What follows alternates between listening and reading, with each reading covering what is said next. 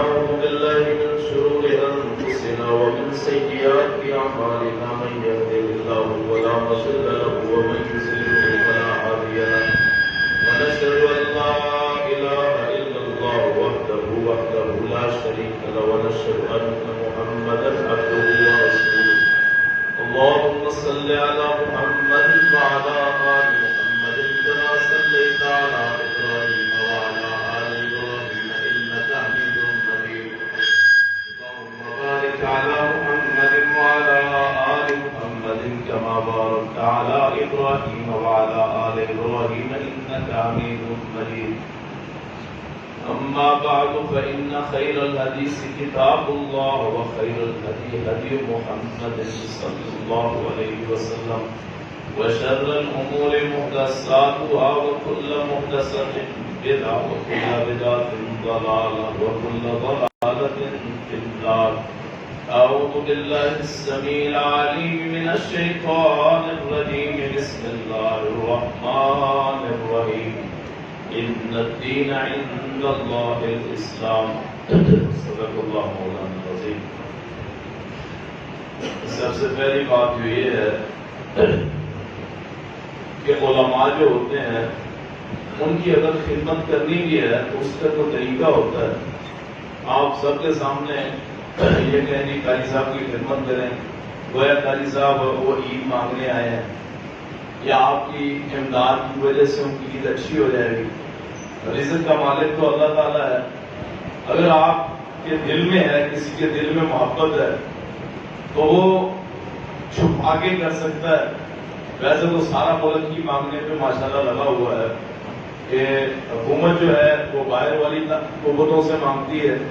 جتنی بھی گورنمنٹیں آتی ہیں وہ بیرونی قوتوں سے, بیرونی اداروں سے, انٹرنیشنل جو فورم ہے ان پہ مانگتے ہیں. تو یہاں ہم علماء جو ہیں ان کو بھی مانگنے پہ لگایا ہے. اور اگر کسی داڑھی والے کو دیکھ لیں تو عام طور پہ ہی خیال آتا ہے کہ چندہ مانگنے آیا ہے. تو میں اپنی بات جہاں تک کرتا ہوں, آپ کے جو یہاں ہیں وہ علیحدہ بات ہے.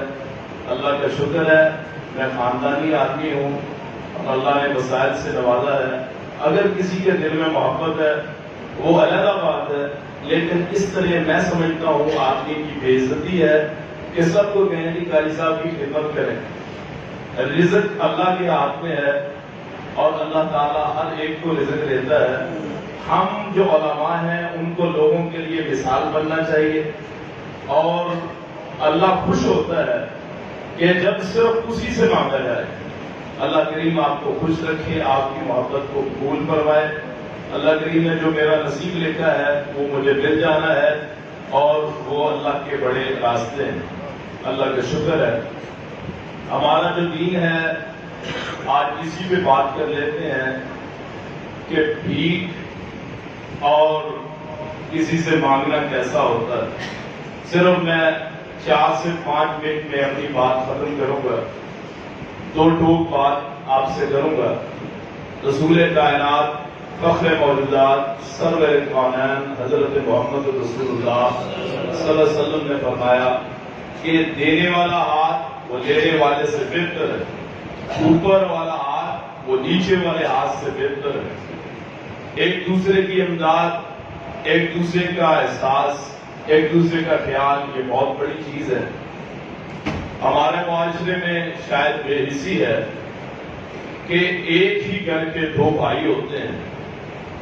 ایک کی حالت بہت اچھی ہوتی ہے اور دوسرے کی حالت قابل رحم ہوتی ہے. نہایت افسوس کی بات ہے, ایک ہی ماں کے پیٹ سے پیدا ہوتے ہیں, ایک ہی باپ کا نطفہ ہوتے ہیں. پھر یہ باہمی فرق کیوں ہے؟ کیا رزق کے مالک ہم ہیں؟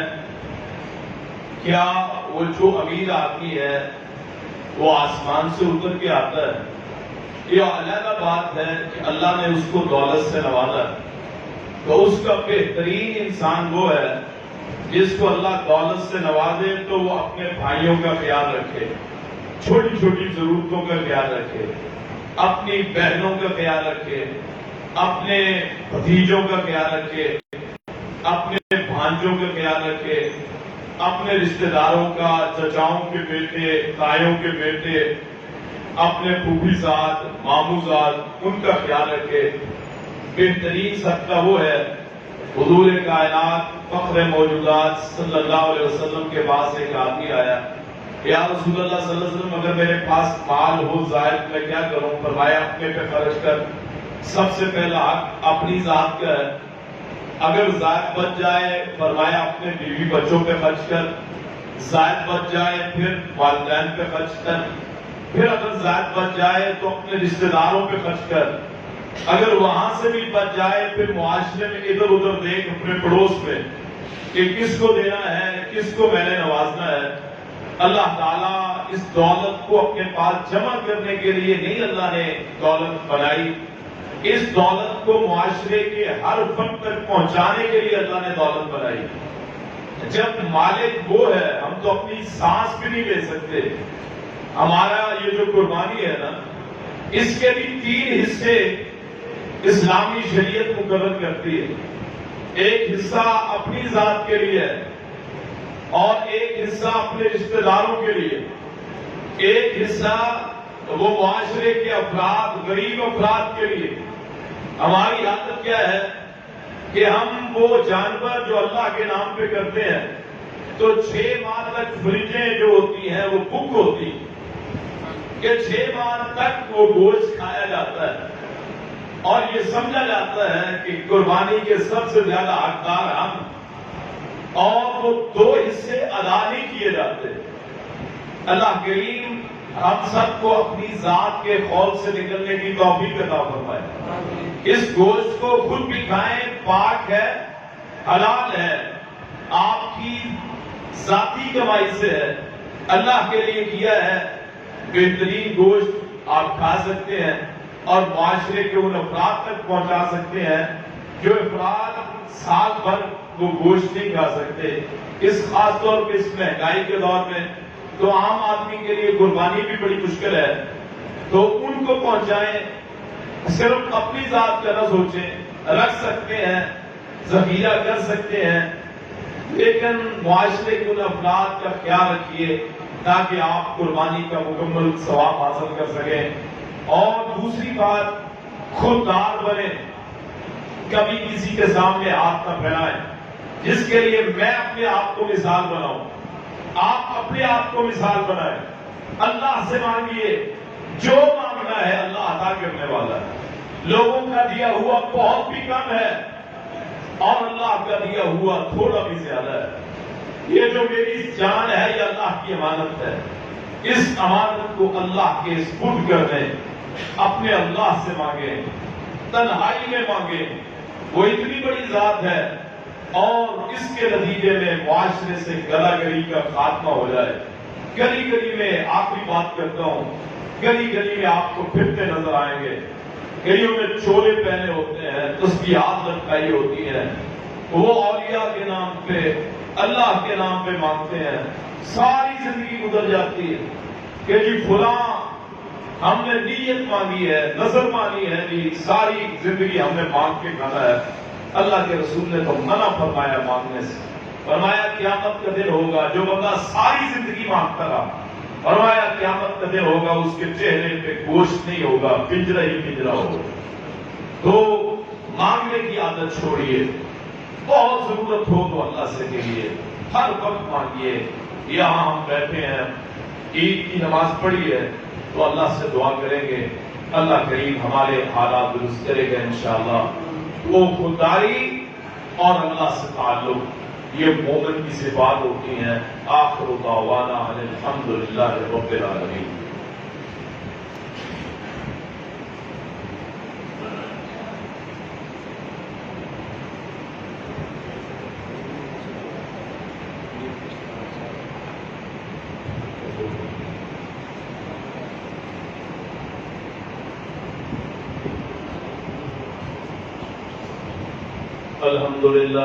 الحمد لله نحمده ونستعينه ونستغفره ونؤمن به ونتوكل عليه ونعوذ بالله من شرور انفسنا ومن سيئات اعمالنا من يهده الله فلا مضل له ومن يضلل فلا هادي له ونشهد أن لا إله إلا الله وحده لا شريك له ونشهد أن محمدا عبده ورسوله اللهم صل على محمد وعلى آل محمد كما صليت على إبراهيم وعلى آل إبراهيم إنك حميد مجيد اللهم بارك على محمد وعلى آل محمد كما باركت على إبراهيم وعلى آل إبراهيم إنك حميد مجيد أما بعد فإن خير الحديث كتاب الله وخير الهدي هدي محمد صلى الله عليه وسلم وشر الأمور محدثاتها وكل محدثة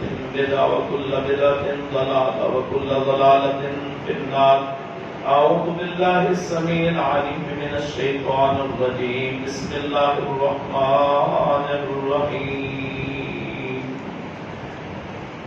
إن الدين عند الله الإسلام قربانی ذبح کرنے کا طریقہ یہ ہے کہ آپ جانور کو کھانا کا حکم دیتا ہے اور تکبیر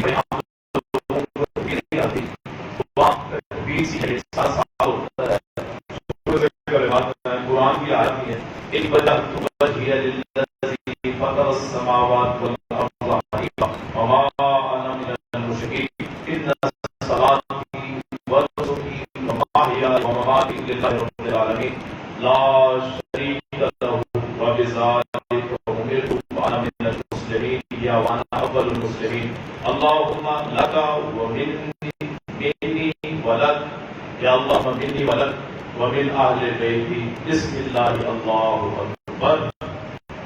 یہ دعا ہے اگر آدمی کو سمجھ آئے تو ان آیات کا مطلب ذہن میں ہونا چاہیے کہ اللہ کا میں غلام ہوں, اللہ کے سامنے میں اللہ کے علاوہ کسی کو نہیں پوچھتا, اور اللہ کے نام پہ یہ کلمہ لازمی ہے بسم اللہ اللہ اکبر. اور پھر وہ چھری تیز ہو, چھری تیز ہو, چھری میں مسئلہ نہ ہو, جانور کو تکلیف نہ ہو, تو پھر اللہ کے نام کی قربانی کریں اور اس کے بعد اپنی حجامت بنوا لیں, بال کاٹ لیں, ناخن تراش لیں. اللہ پاک عمل کی توفیق عطا فرمائے.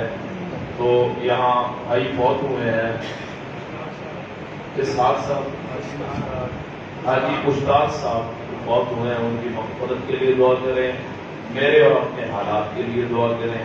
ہو سکتا ہے میں اس قابل نہ ہوں کہ میری دعا اللہ قبول کرے, تو آپ کی آمین سے میری اور تمام لوگوں کی حاجات اللہ پوری کر دے. بسم اللہ الرحمن الرحیم الحمدللہ رب العالمین الرحمن الرحیم مالک یوم الدین ایاک نعبد و ایاک نستعین اهدنا الصراط المستقیم صراط الذین انعمت علیہم غیر المغضوب علیہم ولا الضالین. اللهم صل على محمد وعلى آل محمد كما صليت على إبراهيم وعلى آل إبراهيم إنك حميد مجيد. اللهم بارك على محمد وعلى آل محمد كما باركت على إبراهيم وعلى آل إبراهيم إنك حميد مجيد. ربنا آتنا في الدنيا حسنة وفي الآخرة حسنة وقنا عذاب النار. ربنا هب لنا من أزواجنا وذرياتنا قرة أعين واجعلنا للمتقين إماما. یا اللہ کریم جتنے مسلمان فوت شدگان ہیں ان کی مغفرت فرما. مولا کریم جو زندہ ہیں ان کو اسلام کی نعمت سے بہرور فرما. مولا کریم زندگی اسلام اور ایمان پہ عطا فرما. مولا کریم اپنے خاص بندے بنا. مولا کریم پرہیزگاری تقوی سے نواز. مولا کریم ریاکاری جیسی لعنت سے محفوظ فرما. مولا کریم لعنت جیسی لعنت سے محفوظ فرما. مولا کریم حرام رزق سے بچا. مولا کریم حلال رزق عطا فرما. یا اللہ ہر بندے کو روزگار عطا فرما. مولا کریم کے اولادوں کو اولاد عطا فرما. مولا کریم جن کی اولادیں ہیں ان کو نیک وقت بنا. مولا کریم جو بھی موجود ہیں بچے ان کی عمر میں برکت عطا فرما۔ مولا کریم جو بیمار ہیں انہیں شفا عطا فرما۔ مولا کریم اس پاک بابرکت دن کی وجہ سے کہ جہاں ایک ایک عمل کا ثواب پہنچتا ہے، مولا کریم اس بابرکت دن کی برکت سے ہمارے مسائل حل فرما۔ مولا کریم ہمارے گھروں میں امن و سکون عطا فرما۔ مولا کریم ہماری کمی کوتاہیاں معاف فرما۔ مولا کریم ان مسجدوں کو سدا آباد فرما۔ مولا کریم ہمارے لیے ہمارے اعمال ذریعہ نجات بن جائیں۔ مولا کریم جب ہم قبروں میں ہوں تو ہمیں ہمارے نیک کاموں کا اجر ملے۔